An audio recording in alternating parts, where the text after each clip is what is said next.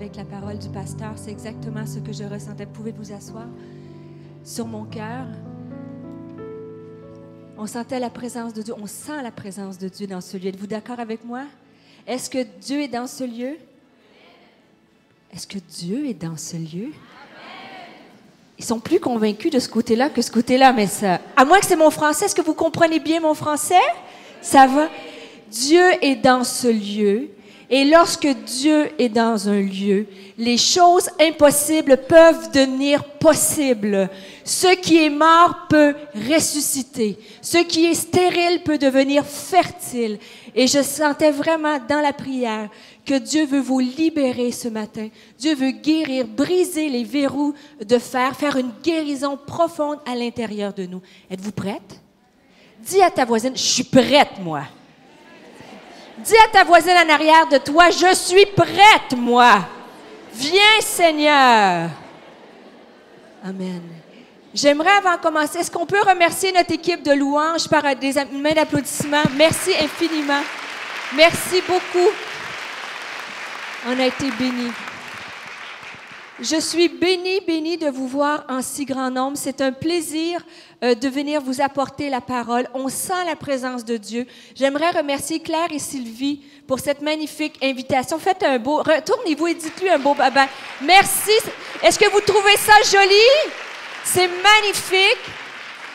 Elles ont mis du temps et c'est un langage d'amour. Chaque petit geste a été fait pour vous montrer comment vous êtes aimés. Mais je veux les remercier aussi pour leur prière parce que Dieu me donne l'opportunité d'apporter la parole dans plusieurs endroits. Et tout de suite, on le sait quand c'est préparé dans la prière. Et je veux vous dire, on sent Dieu dans ce lieu. On sent que vous avez prié, que vous êtes mis sur vos genoux et que Dieu va agir. Au-delà de tous ces préparatifs qui sont extraordinaires, je m'attends à des miracles de Dieu. Et la terre a été labourée et préparée d'avance et les petites semences sont vraiment en terre. Et j'étais touchée aussi avec la parole de la mère porteuse parce que cet après-midi, on va parler sur enfanter. Dieu veut vous faire enfanter. Bon, celles qui ont 40 ans et plus, là, c'est peut-être pas une bonne nouvelle que Dieu veut vous faire enfanter. Tu dis, j'ai assez donné, moi, quand même, hein? Je vous surprends un peu, mais il n'y a pas d'âge. Dieu veut nous faire enfanter des choses spirituelles. On va parler sur l'appel de Dieu, combien chacune d'entre nous, nous avons un appel. Tu peux dire à la dame à côté de toi, « Hey, tu es appelé. Tu es appelé. Tu as un grand appel. » On va démystifier l'appel. Qu'est-ce que l'appel? Quel est notre appel? Et ce matin, on va parler sur la guérison. Être guéri afin d'entrer dans notre destinée. Et avant d'aller plus loin, on va aller rapidement là-dessus. J'ai emmené effectivement du matériel avec moi, c'est à votre gauche, si cela vous intéresse. Et juste, où est Raymond? J'aimerais remercier Raymond aussi, qui m'accompagne partout où je vais. Elle est une accompagnatrice extraordinaire. Sans elle, je ne suis rien après Jésus. Elle est mon deuxième, mon ami, tu pars, Jésus, mon premier qui m'accompagne avec moi. Et Raymond, merci pour tout ce que tu fais pour moi. Et j'ai emmené un magazine Nouvelle Vie et j'ai aimé quand Claire a dit, et une journée comme aujourd'hui, ce n'est vraiment pas une journée pour les féministes. Moi, j'aime beaucoup les femmes, je partage la parole pour les femmes. Je crois que mon appel est dans ce sens-là. Mais si vous me connaissez ou vous m'avez déjà entendu, je ne suis pas une féministe et je n'ai pas emmené dans ma valise 50 pancartes qui dit « Woman Power », ne vous inquiétez pas. Et je crois à la complémentarité du corps, que Dieu nous a créés hommes et femmes. Et je veux dire merci à tous les hommes, à l'inscription, tous les hommes, Georges, tous les hommes. Est-ce qu'ils sont là, les messieurs, qu'on puisse les remercier? Les fils de Claire, tous les hommes, le mari de Claire, le mari de Sylvie, tous les hommes. Et messieurs, j'aimerais vous offrir le magazine Nouvelle Vie. Je suis l'éditrice, pasteur Claude Houd, mon pasteur principal est l'éditeur en chef, mais m'a confié la mission maintenant de développer un magazine qui s'appelle Magazine Nouvelle Vie. Et on a deux parutions par année. Et celui-ci, j'ai un magazine, le bleu, il est très masculin, donc messieurs, vous pouvez aller le chercher. Je vous l'offre gratuitement pour vous remercier. Et pour les femmes, s'il vous intéresse, il y a un magazine sur N'aie pas peur et c'est plein d'articles, dont celui du pasteur Denis Morissette, qui parle parle de on fait face à l'épuisement professionnel, l'incompréhension dans nos souffrances. N'aie pas peur qu'on essaie d'élever nos enfants. J'ai écrit un article là-dessus. Nos adolescents, il y a des articles pour la famille, le couple, ainsi de suite. Est-ce que quelqu'un, c'était son anniversaire cette semaine? Ah ben parfait! Voilà pour vous! Joyeux anniversaire! J'ai aussi emmené avec moi un livre, mon dernier bébé. J'ai enfanté cette année d'un livre qui s'appelle « Précieuse comme un diamant », qui sont un recueil de pensées. On dit au Canada un journal dévotionnel. C'est un outil pour aller dans la prière. Il y a plusieurs versets. C'est des petits chapitres de 10 pages. Et à chaque jour, on peut aller avec des études bibliques, des questions. Et ça traite des 4 facettes de nos vies. Notre facette spirituelle, n'est-ce pas, parce que c'est le plus important. Mais nous ne sommes pas uniquement spirituels, mesdames. Êtes-vous d'accord? Vous avez l'air très spirituel ce matin, mais nous avons aussi une facette qui est plus émotionnelle. Alors, on parle de la gestion de nos émotions. On parle des changements hormonaux. Messieurs, vous pouvez lire les chapitres pour comprendre tout ce qui se passe dans nos vies. Et il y a une facette, on parle aussi dans ce livre-là d'une facette personnelle avec nos enfants, avec nos maris, comment plaider, se tenir à la brèche pour nos enfants. Et la dernière facette, c'est la facette relationnelle que Dieu nous appelle à œuvrer dans la sphère de nos vies, avec nos dons, et ainsi de suite. Et j'aimerais l'offrir à votre épouse, si vous voulez, lui donner de ma part. Est-ce qu'elle est ici, votre épouse? Alors, où est-elle? Voilà. Alors, voilà un petit cadeau pour vous. Ça me fait plaisir. Et lorsqu'on parle d'être une mère, prendre les armes et rendre les armes, j'ai aussi un autre coffret qui parle du combat spirituel. Moi, je crois qu'il y a des mères qui peuvent gagner des fils et des filles à la fois à travers la prière et le combat. Et j'aimerais savoir si quelqu'un ou une autre personne, c'était son anniversaire? Oui? Alors, je vous l'offre. Avez-vous des enfants? Prêts à combattre? Alors, c'est un cadeau pour vous. Alors, fini pour les choses. Passons aux choses sérieuses. C'est un plaisir de vous apporter la parole. J'espère que vous avez le sens de l'humour. Vous savez, on peut être dans l'Église, aimer Jésus, être profondément spirituel et rire. Êtes-vous d'accord avec moi? Moi, je trouve que lorsqu'on connaît Jésus, on devrait être les femmes les plus épanouies, heureuses et montrer la gloire de Dieu à travers nos vies. Et je ne sais pas, moi, vous savez, si vous me connaissez un peu, je travaille avec beaucoup d'images et je trouve qu'une image vaut 1000 mots. Et je ne sais pas dans quel état d'esprit vous êtes venus ce matin, mais peut-être vous êtes regardé dans le miroir et vous avez dit « Oh, j'aime pas mes cheveux ce matin ». Mais encouragez-vous, ça peut être pire. Regardez la prochaine diapo si on peut me suivre bien rapidement. Allez, la prochaine. Voilà! Ça pourrait être pire, mes sœurs. Peut-être que tu es venu un peu fatigué, n'est-ce pas? Et que tu dirais, mais un bon café, ça me ferait du bien. Oh! Malgré ça, tu es complètement à plat, n'est-ce pas? Ouf, dis à ta voisine, ouf, fatigué. Mais vous êtes au bon endroit. Relax. Dites avec moi, relax. J'ai une journée à moi pour être relax avec Dieu. Prends ça cool. Juste relax comme ça. Et c'est un lieu pour être entre sœurs, entre amis, connaître de nouvelles sœurs, de se faire des amis. Mais avant tout, c'est un lieu de prière. C'est un lieu pour toucher Dieu. Toucher le bord de son vêtement, comme cette femme avec la perte de sang, malgré ses soucis, ses difficultés, elle a fait abstraction de la foule, de toutes les choses qui étaient autour d'elle, tous les préjugés. Elle a fait abstraction de tout ça. Elle a frayé un chemin, elle a touché le bord du vêtement de Jésus. Et Jésus lui a dit, « Ma fille, ta foi t'a sauvée. » Et cet après-midi, aujourd'hui, c'est la même chose. Laisse tes soucis de côté, tes tracas, la maison, les enfants, on met ça de côté. Et on arrive et on dit, Seigneur, je veux te toucher. Je veux recevoir de toi. Et c'est le meilleur endroit aussi pour se blottir au creux de ses bras et passer un meilleur moment avec lui. Et lorsque je voyage, j'aime présenter ma famille. J'apporte avec moi. Regardez s'ils sont beaux, hein? Ça, c'est ma famille. Mon petit Jérémy, 11 ans, n'est-ce pas? Espiègle un peu. Mon grand Philippe, 15 ans.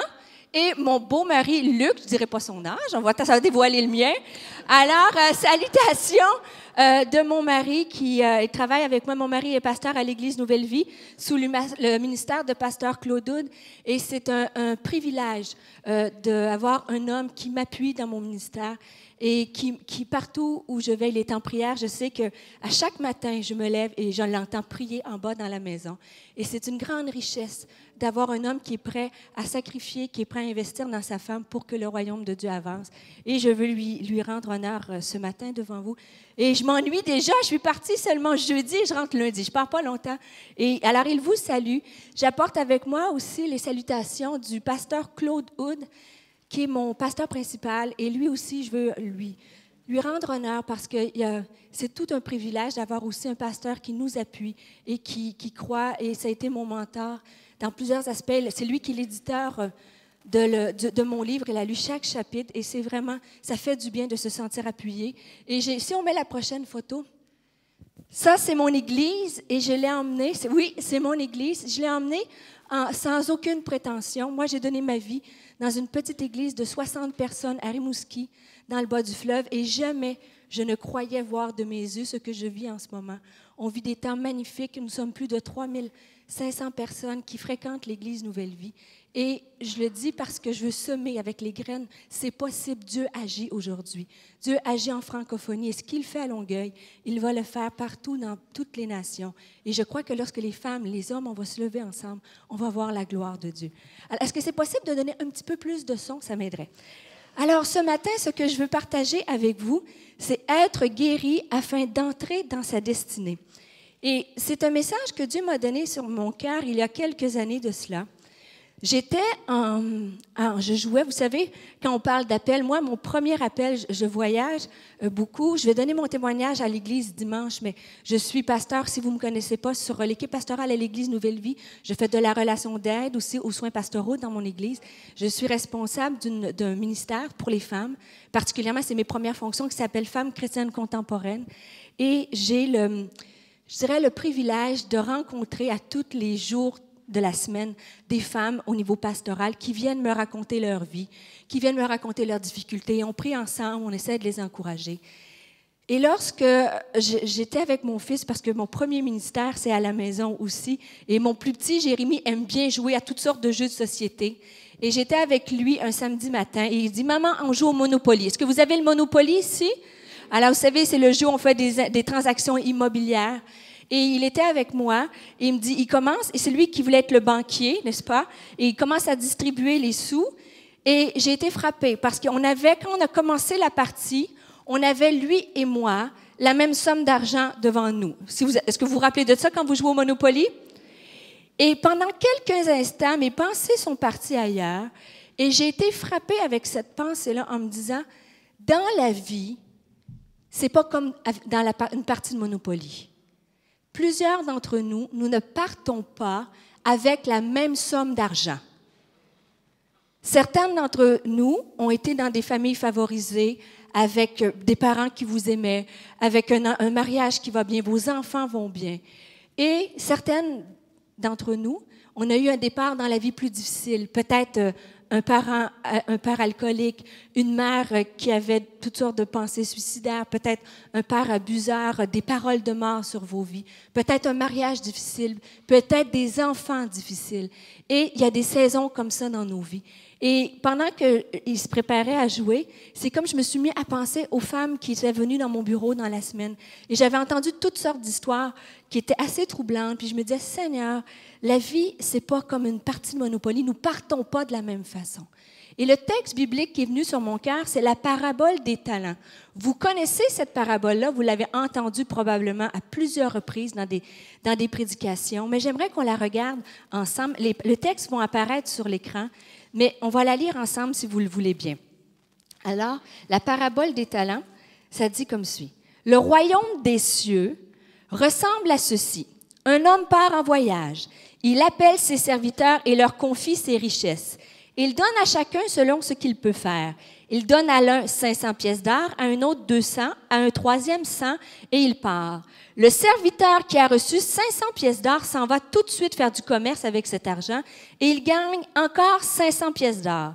Celui qui a reçu les 200 pièces d'or fait la même chose, et il gagne encore 200 pièces d'or. Mais, dans le texte de Matthieu, ça nous dit au verset 14 jusqu'à 19, « Mais celui qui a reçu les 100 pièces d'or s'en va faire un trou dans la terre, il cache l'argent de son maître. Longtemps après, le maître de ses serviteurs revient, il leur demande ce qu'ils ont fait avec son argent. Alors, le serviteur, et vous connaissez l'histoire, qui a reçu 500 pièces d'or, s'approche et il présente ses 500 pièces d'or au maître. Et le maître, il dit, « Maître, tu m'as confié 500 pièces d'or. Voici encore 500 pièces d'or que j'ai gagnées. » Et son maître lui dit, « C'est bien, tu es un bon et fidèle serviteur. Tu as été fidèle dans les petites choses, je vais t'en confier d'autres de plus grandes. » Et vous savez, avec 200, c'est la même chose. Il s'est présenté, il avait fait fructifier ce que Dieu lui avait donné. Et rendu aux 100 pièces d'or, il s'approche, le serviteur qui avait reçu 100 pièces d'or, et le maître lui dit, et il dit au maître, « Je sais que tu es un homme dur. Tu récoltes ce que tu n'as pas semé, tu ramasses ce que tu n'as pas planté. J'ai eu peur, et je suis allé cacher les pièces d'or dans la terre. Les voici, voilà ton argent. » Là, vous dites, « My. » Qu'est-ce qu'elle veut nous dire avec les pièces d'or? Mais ça m'a frappé. Premièrement, ce qui m'a frappé dans ce texte-là, vous avez 3 serviteurs et il y a un des 3 seulement qui avait perçu le maître comme étant dur. Les autres ont eu confiance et ont commencé à faire fructifier. Ce qui est frappant aussi dans le texte, c'est un peu comme dans nos vies. Il y a des gens qui ont reçu 500, 200 et 100 pièces d'or. Mais où le 3e serviteur a fait fausse route, c'est qu'il a pensé que le maître était intéressé avec le montant qu'elle allait lui donner. Vous savez? Et il a eu peur de son maître, peur de ne pas être à la hauteur. Peut-être que le serviteur qui avait eu seulement 100 pièces d'or, il s'est dit, « Hey, c'est pas juste, pourquoi que moi j'en ai 100, puis lui il en a 500? » Ça vous arrive-tu des fois, ça? Pourquoi moi j'ai vécu ça, puis l'autre n'a pas vécu ça? Pourquoi, Seigneur, tu as permis ça, puis ma sœur à côté, tu l'as bénie? Bon, je sais, en Suisse, c'est pas comme ça, là. Vous êtes juste spirituels, les Françaises aussi, les Italiennes aussi. Mais au Québec, ça pourrait arriver que certaines femmes se disent, « Pourquoi, Seigneur, moi, j'ai vécu ça? Pourquoi, moi, je vis ça, puis pas l'autre à côté? » Et à chaque endroit où je vais, je dis toujours, vous savez, on ne fait pas 6 heures avec... Moi, j'ai une vie bien remplie. J'ai plein de choses à faire à l'Église Nouvelle Vie. J'ai une bonne famille.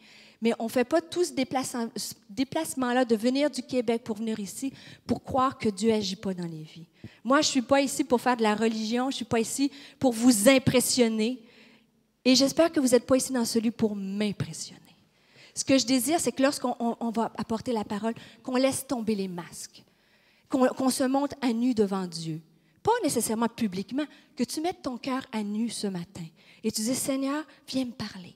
Je ne suis pas ici pour avoir l'air religieuse ou spirituelle. Je veux que tu viennes me toucher, me guérir. Et c'est dans ce moment-là de vérité, lorsqu'on est transparente, que Dieu peut venir faire un miracle. Et ce matin, on a tous, à quelques endroits dans notre vie, eu des moments difficiles. Quand je dis être guéri pour entrer dans sa destinée, je crois que chacune d'entre vous, vous avez un appel, une destinée, mais que pour entrer dans cet appel-là, si on garde une faille, une blessure dans nos vies, lorsque Dieu va nous mettre des choses à faire, des pressions de la vie, votre fondation va s'écrouler. Et chacune de vous, nous avons eu tous des choses que Dieu a besoin de guérir. Il y en a que ça fait 25 ans que c'est enfoui, il y en a que ça fait 2 jours. Et vous savez, je reviens à ma parabole, celui qui avait reçu 100 talents, je crois qu'il avait une perception fausse. Mais savez-vous, l'erreur qu'il a fait, il n'a pas fait confiance au maître. Sa douleur, peut-être son injustice, tout ce qu'il vivait, il a décidé d'enfouir ça dans la terre. Et ça, beaucoup les femmes, c'est comme ça. Des fois, on vit des choses qu'on ne comprend pas. On a des situations dans nos vies difficiles et on prend ça et au lieu de les remettre à Dieu, on prend notre douleur et on cache ça dans la terre. On prend nos inquiétudes par rapport à nos enfants, par rapport à notre mariage, par rapport à un travail. On prend ça, on a beau dire des fois qu'on le donne au Seigneur, mais à quelque part, tu prends ta douleur puis tu mets ça dans la terre. Et aujourd'hui, je crois que Dieu veut faire multiplier ça. Il veut qu'on enlève de notre cœur ce qui est caché et qu'on puisse lui donner. Et savez-vous, ce n'est pas dans cette histoire-là, ce n'est pas le nombre de talents qui comptait pour le maître, ce n'était pas le nombre de pièces d'or, c'était de savoir qu'est-ce qu'ils ont fait avec leurs pièces d'or. La question est la même ce matin. Ce n'est pas les événements de ta vie qui sont si importants. Et croyez-moi, je le dis avec beaucoup de respect, parce que lorsque j'étais en prière tout à l'heure, je ressentais que plusieurs d'entre vous, vous avez vécu des choses difficiles. Vous savez, moi, je vous ai dit que j'ai un bon sens de l'humour, mais je sais quand Dieu parle, et je sais qu'il y a des choses, des douleurs, des blessures, des déceptions, des rêves brisés, des abandons, des rejets, des abus, des paroles de mort, des gestes de mort que des femmes dans ce lieu vous avez subis. Et Dieu, avec grand respect, te dit, c'est pas cet événement-là qui est si important que ça. C'est ce que tu vas en faire avec. C'était pas important d'en avoir eu 500 pièces d'or ou 100. C'était de prendre ce que Dieu t'a donné et de le faire multiplier. Et de ne pas avoir peur que Dieu est avec toi. Et vous savez, ce n'est pas les événements qui comptent, c'est ce qu'on fait avec.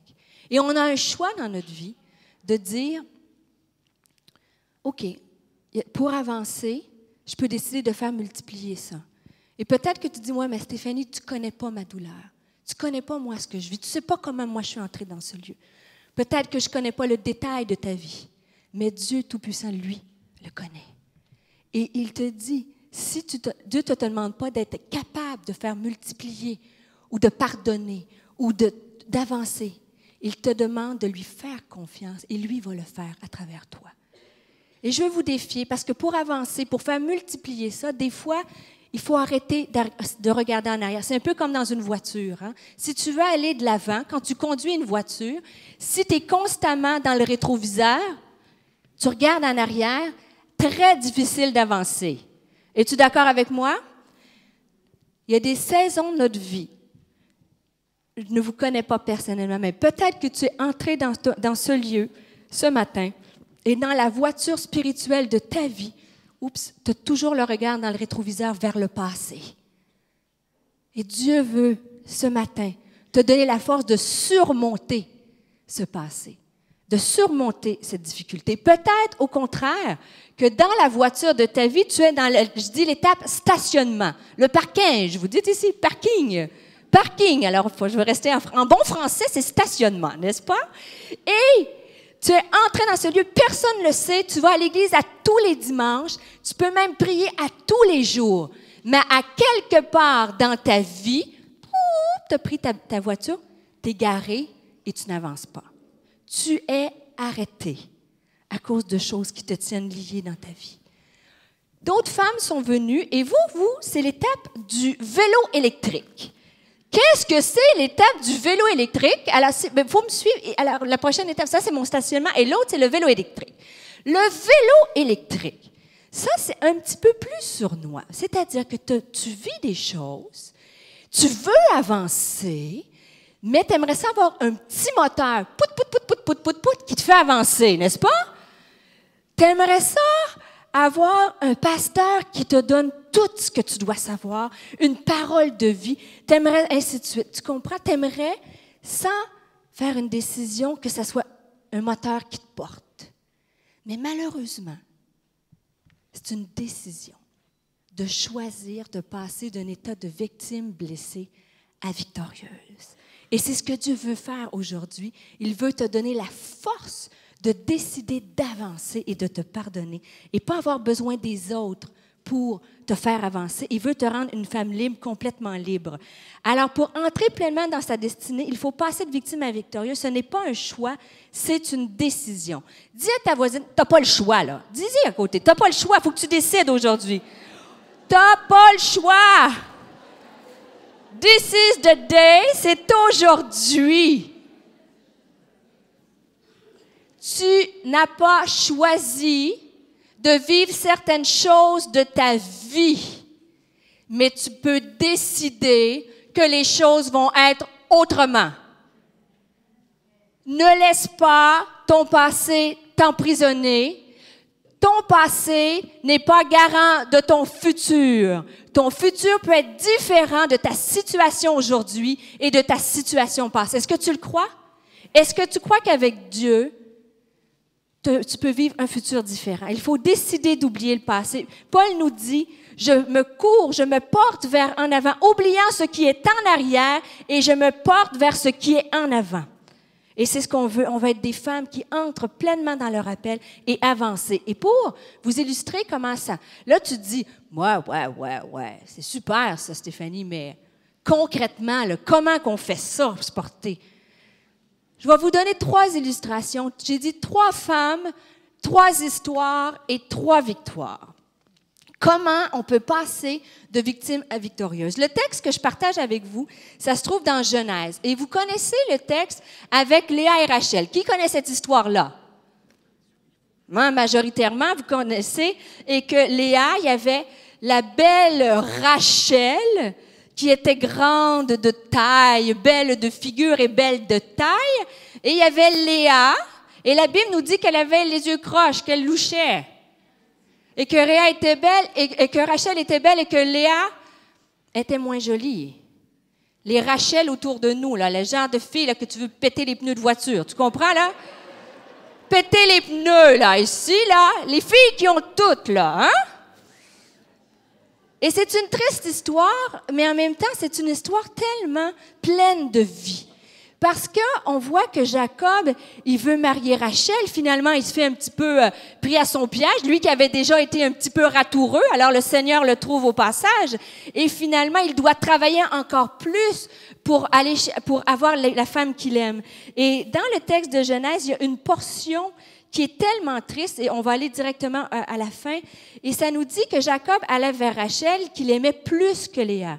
Et il servit encore chez Laban pendant 7 nouvelles années. Et c'est comme ça qu'il a pu épouser sa deuxième épouse. Mais une seule phrase qui est percutante, ça dit « L'Éternel vit que Léa n'était pas aimée. » Il y a 2 choses, une seule phrase, très importante, triste, mais tellement puissant. Premièrement,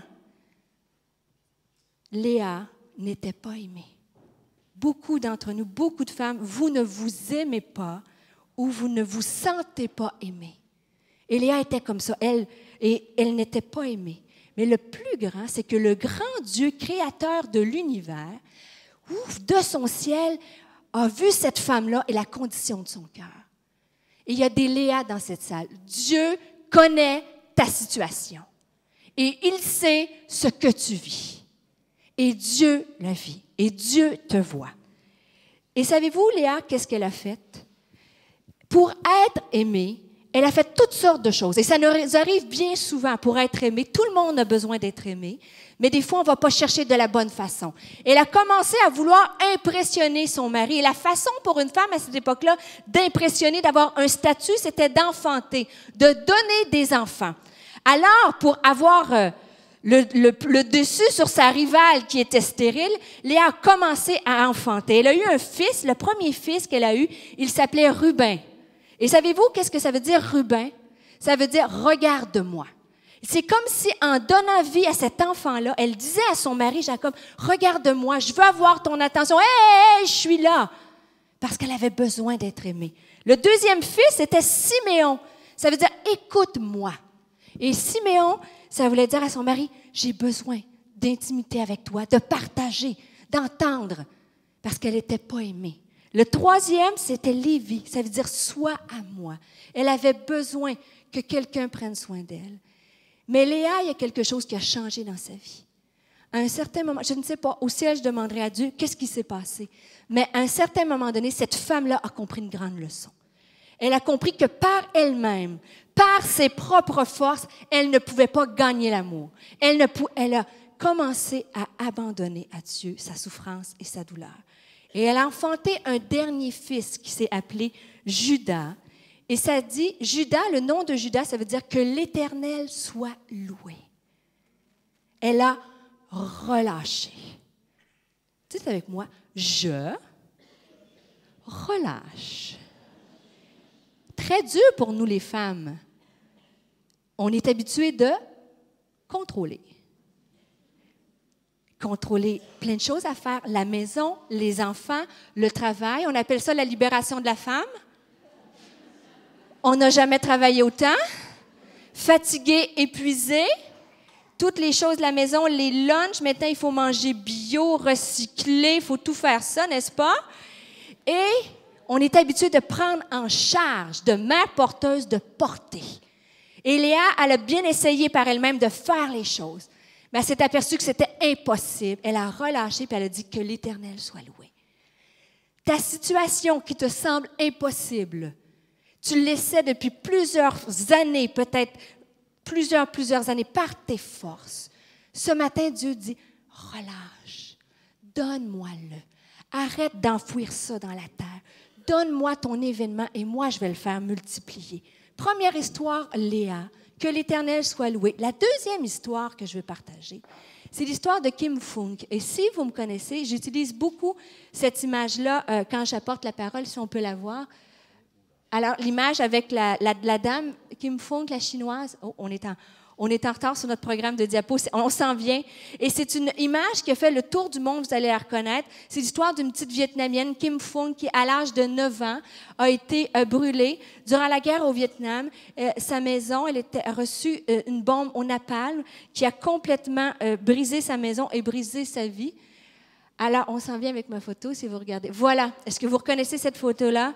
Et cette photo-là a reçu un prix important, le prix Pulitzer, et ça a été partout dans le monde.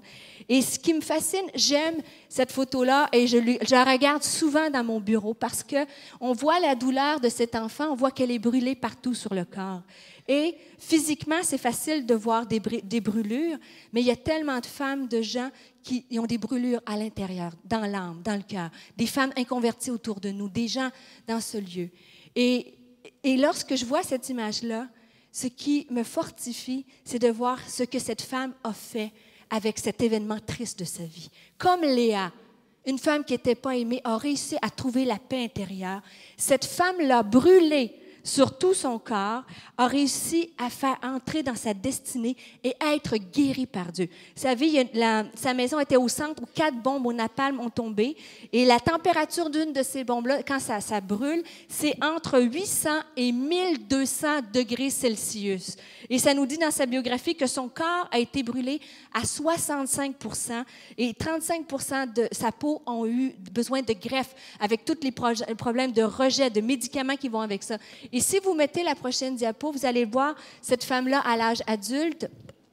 À l'âge adulte, vous allez voir, allons-y directement à la prochaine. Voyez-vous, ça c'est maintenant, des années plus tard, voyez-vous comment sa peau est meurtrie partout. On a caché le devant, les seins, mais tout ce qui était sa féminité, tout ce qui était... Imaginez quand tu as le corps brûlé comme ça, et comment tu penses quand tu vas rencontrer ton mari, te présenter nu devant lui, toute l'intimité. Et ça dit dans sa biographie qu'elle croyait jamais rencontrer un homme qui allait l'aimer. Elle croyait jamais pouvoir avoir des enfants parce qu'elle était, avec toute son image corporelle était brisée. Et elle avait des problèmes de santé associés à ce qu'elle avait vécu. Et ce qui a été incroyable dans la vie de cette femme-là, c'est une femme comme vous et moi. C'est une femme qui connaît Dieu.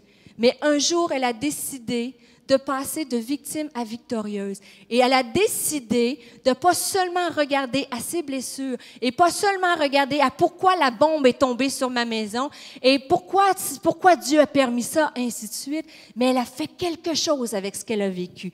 Et j'étais fascinée parce que lorsque j'ai lu sa biographie, il y avait un passage extraordinaire. Et ça raconte qu'elle a été invitée, cette dame-là, à Washington pour une cérémonie commémorative en l'honneur de la guerre, commémorative de la guerre du Vietnam. Et il y avait des milliers de personnes qui étaient là. Et elle a dit devant tous les gens qui étaient là, si je pouvais me trouver face à face avec le pilote de l'avion qui a lancé la bombe, je lui dirais, on ne peut pas changer l'histoire, mais au moins, on peut essayer de faire de notre mieux dans le présent et le futur pour promouvoir la paix. Et les gens se sont levés, se sont mis à l'applaudir parce qu'il y avait devant eux une femme qui avait été guérie. Une femme qui n'est pas restée dans l'amertume, une femme qui n'est pas restée dans cette douleur, mais une femme qui était libérée de son passé. Et il y avait un homme dans cette salle-là, qui s'appelle Jim Plummer, qui, lui, était assis. Il avait cette photo-là, la photo célèbre, dans la poche de son habit. Parce que cet homme-là, c'est lui qui avait commandé le bombardement. Et toute sa vie, il s'est senti coupable. Il a même donné sa vie à Dieu, il est devenu un pasteur. Mais il y avait ce fardeau-là sur son cœur. Et lorsqu'il a entendu cette jeune femme-là, il a dit, ça c'est moi, elle parle de moi, c'est moi qui ai créé ça dans sa vie. Et il a voulu aller la rencontrer à la sortie de la salle. Et il avait écrit un petit mot, il a dit, cet homme c'est moi. Et le placeur qui était là, l'agent de sécurité, est allé donner ça à Kim Fung. Et lorsque Kim Fung a vu le papier, savez-vous qu'est-ce qu'elle a fait? Elle a ouvert ses bras, puis elle a dit au monsieur de venir et elle a pris dans ses bras. Puis elle lui a dit, je te pardonne. Une femme complètement guérie, restaurée. Peut-être que tu ne te sens pas capable dans ce lieu de dire, moi, je ne suis pas capable d'ouvrir mes bras encore. Mais Dieu ne te demande pas d'être capable. Dieu te demande d'ouvrir ton cœur. Tu n'es peut-être pas capable d'ouvrir tes bras, mais tu peux ouvrir ton cœur à Dieu. Et Dieu peut te donner la force de pardonner, la force d'être guéri, parce que Dieu est celui qui est le Tout-Puissant, celui qui est le lion de Juda, celui qui est le Dieu 3 fois saint, celui qui est notre berger, celui qui prend soin de nous. Et ce qu'il a fait dans la vie de cette femme-là, il peut le faire pour toi. Et maintenant, Kim Fung, elle est ambassadrice à l'UNESCO. Elle va partout à travers le monde et partage le message de l'Évangile. Elle a fait multiplier les événements de sa vie. Et la dernière histoire, j'ai dit, 3 femmes, 3 histoires et 3 victoires. Léa, c'est dans l'Ancien Testament, ça. C'était dans ce temps-là, tu sais. Kim Fung, elle vit loin, je la connais pas, tu sais, c'est bien beau. Mais Stéphanie, donne-moi quelqu'un que je connais. Moi, je vais vous partager la dernière histoire. C'est une de mes amies proches de moi. Et encore là, je vous ai déjà, si vous m'avez entendu, parler de cette femme-là. Mais aujourd'hui, en 2010, je peux vous en parler autrement. La première fois que j'ai apporté la parole dans une réunion de femmes, c'était une réunion sur les émotions. On parlait des émotions et je parlais de toutes sortes d'émotions et je me suis mis à parler de la peur, quand on peut ressentir la peur dans nos vies. Et j'ai raconté lorsque moi, je vais donner mon témoignage demain ou peut-être cet après-midi, mais moi, je suis une biochimiste de formation. J'ai travaillé dans des laboratoires pendant des années. Et lorsque j'étais étudiante au doctorat à l'Université du Québec à Montréal, j'étais dans mon laboratoire un soir et j'ai entendu à la radio qu'il y a eu une tuerie dans une école d'ingénierie à Montréal et qu'un homme qui était contre les femmes est rentré dans cette école-là, il a pris un revolver, il a tué 14 femmes sur le coup et il s'est enlevé la vie. Peut-être vous m'avez déjà entendu raconter cette histoire-là.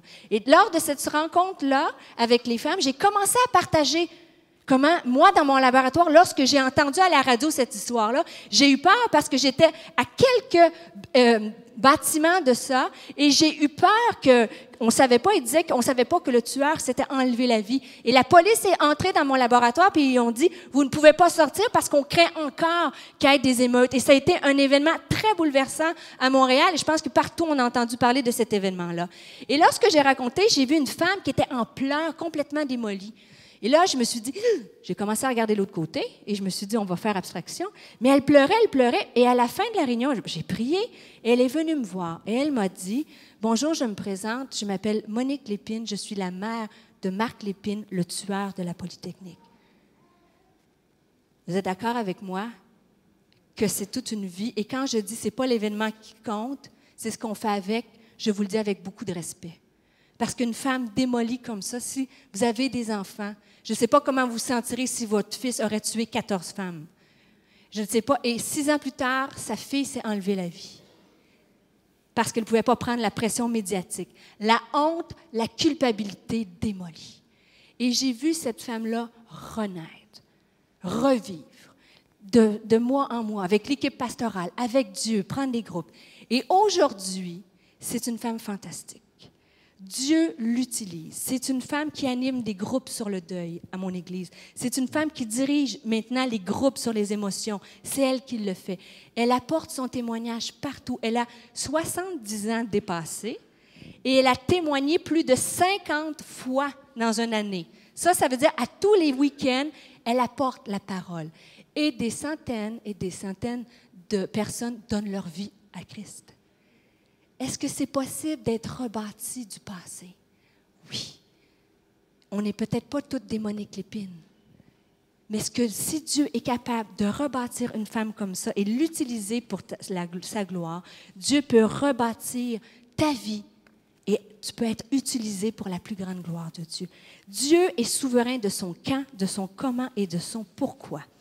Et si tu te dis, « Ah, Stéphanie, c'est impossible pour moi. » Mais Dieu te dit ce matin, tout est possible avec moi.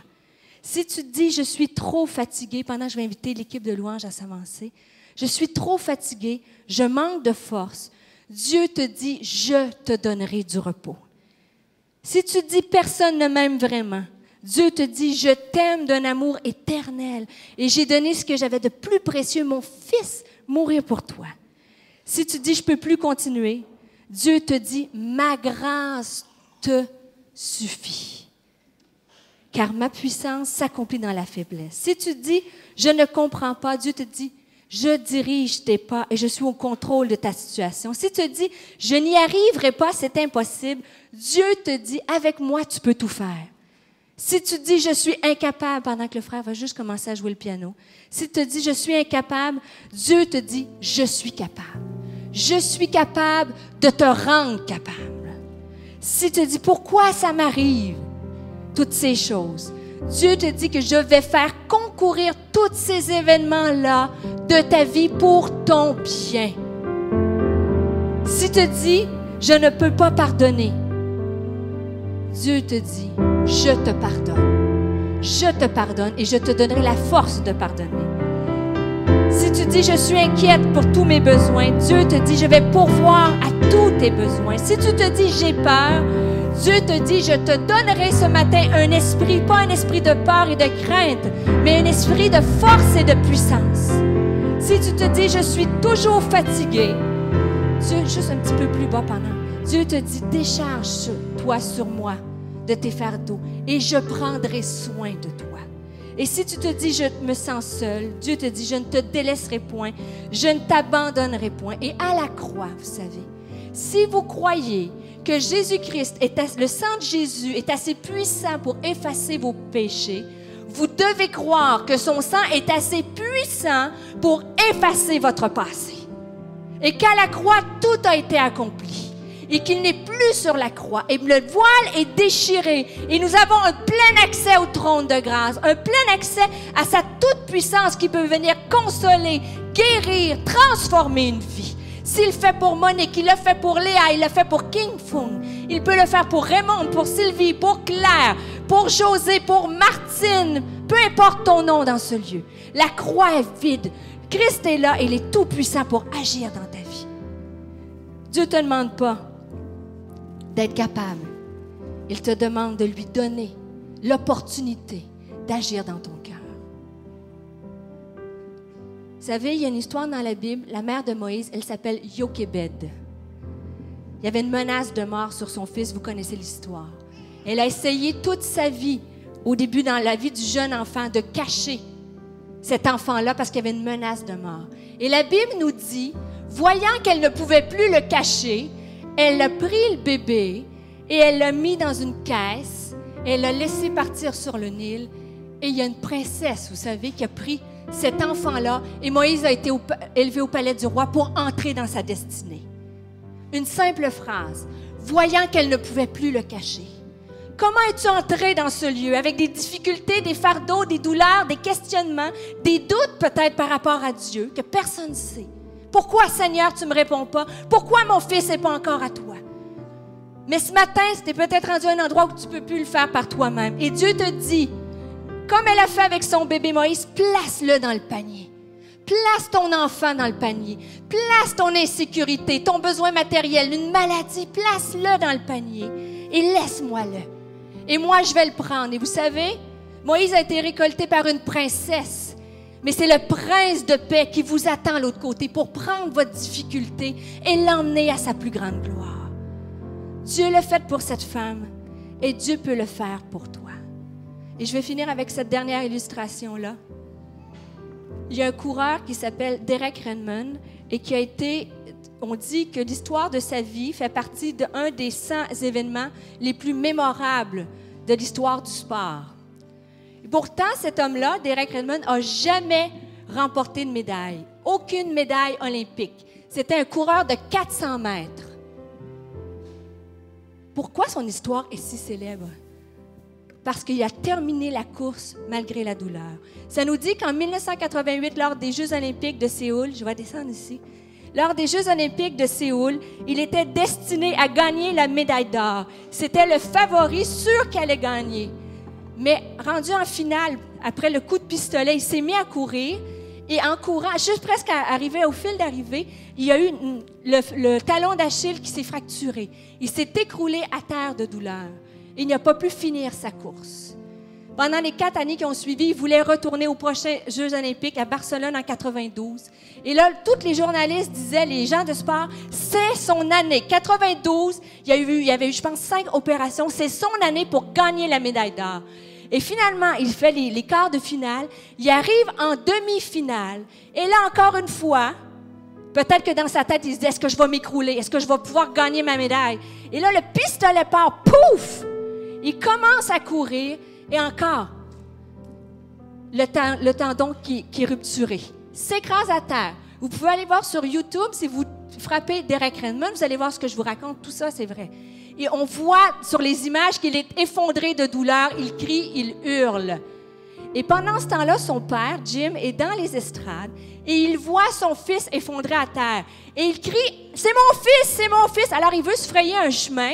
Et puis, finalement, les gardes de sécurité veulent l'empêcher. Mais un père ou une mère qui va aller chercher son enfant, ça y arrive. Êtes-vous d'accord avec moi? Quand on voit nos enfants dans la douleur, « Tassez-vous de là, j'arrive. » Ça se dit-tu, ça? Tassez-vous de là? OK. Tassez-vous de là, j'arrive. Alors, c'est ce qui est arrivé. Jim Redmond, le père, descend, se fraye un chemin à travers la foule et finalement arrive. Et il prend son fils dans ses bras puis il dit, c'est mon fils, c'est mon bébé. Et il prend et il l'emmène jusqu'à la ligne d'arrivée et il lui fait passer la ligne d'arrivée. Bien sûr qu'il n'a pas gagné de médaille, mais il a fini la course. Il a fini la course. Et les journalistes ont dit au père, à M. Redmond, père, ils ont dit, vous devez être déçu que votre fils n'a pas gagné de médaille. Il dit, je suis le père le plus fier parce que malgré la douleur, il a terminé sa course. Votre Père céleste, c'est la même chose, mes sœurs. C'est pas important le nombre de talents, puis c'est pas important si tu gagnes une médaille. Mais ton Père céleste est ici ce matin. Il veut te prendre au creux de ses bras et t'emmener terminer ta course. Si tu n'es pas capable, lui, il est capable. Ton Père est dans ce lieu. Ce qu'il faut faire comme la mère de Moïse. Si tu n'es plus capable, prends ça, un souci, une douleur, une difficulté, place-le dans le panier. Place-le dans le panier. Et le prince de paix, si tu fais confiance, il va tourner toutes choses pour sa gloire, comme il l'a fait pour Monique Lépine, comme il l'a fait pour King Funk, et comme il a aidé Léa dans ce lieu. Et vous saurez me dire que l'Éternel soit loué. Que l'Éternel soit loué. Je vais vous inviter à vous lever, mes sœurs. Et on va chanter « Je viens ». Le chant que vous avez chanté, frère. Et on va prier ensemble après.